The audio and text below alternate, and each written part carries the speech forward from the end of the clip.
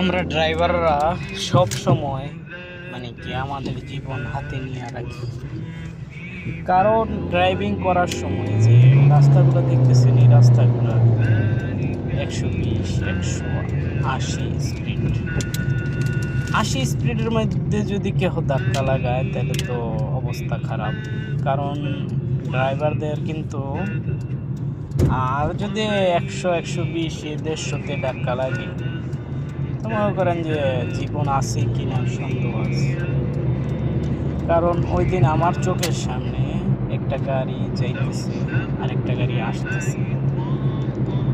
ও যে যাইতেছিল সে ছিল পুরুষ আরবি, এবং যে আসতেছিল সে ছিল মহিলা। কিন্তু মহিলার গাড়িটা এত স্পিড ছিল যে গাড়িটাকে ধাক্কা দিয়া মিনিমাম 15 থেকে 20 ফিট দূরে একটা দেওয়ালের মধ্যে, দেওয়ালটা কমসে কম 6-5 ফুট ড্রাইভিং গাড়িটাকে আছে, তো একটা টাপ আরেকটা গাড়িটা ধাক্কা দিয়ে যে টাপ। আমি নামাজ পড়া বাহির হয়েছি, বাহির হওয়ার পর আওয়াজ একটা পাইয়া আমি দৌড়ে আসলাম, এসে দেখি যে গাড়ির ধাক্কা দিছে ওই গাড়ির ড্রাইভার আরবি গাড়ির তলে পড়ে আছে। দরজা খুলে বাড়ি দিতে চাইছিল কিন্তু বাইর হইয়া গেছে। ভাগ্যের কি নির্মম পরিহাস, ওর মৌত এখানে। তাই ওর বুকের উপরে পুরা গাড়িটা, একটা গাড়ির ওজন মিনিমাম ধরেন 800-900 1 টন কেজি, 1000 কেজি। তো আমরা প্রবাসের ভিতরে থাইকা এই যে এত টাকা ইনকাম করি, আমরা কিন্তু এর যে টাকা পরিমাণ, ইনকামের পরিমাণের 10 ভাগের 1 ভাগ টাকা খাই, খরচ করি না। কারণ আমরা প্রবাসীরা এমনি কিপটা টাইপের একটু বেশি। কারণ কেন কৃপণ? ফ্যামিলির জন্য কৃপণ। দেখ, এসব বিষয় নিয়ে আরেকদিন আরেকটা ভিডিও করব।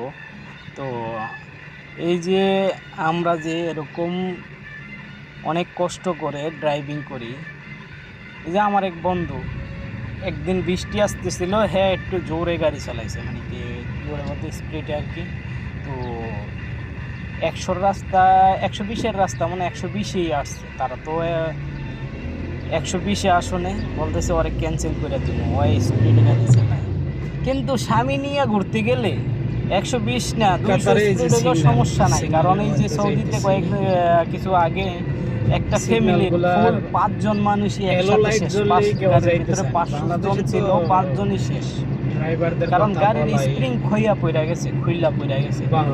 বুঝতে পারছেন কত স্পিড ছিল? মিনিমাম 160 থেকে 70 স্পিড ছিল। আমরা যদি 120 চালাই তবুও আরবিরা বলে যে এরকম গাদার মতো খাটতে আমাদের যে প্রবাস থেকে দেশে যাই, সেই সময় কিন্তু আমরা আপনার যে এখানে খাইয়া না খাইয়া জনসংখ্যা কিন্তু এটার বিষয়ে পরে বলতেছি।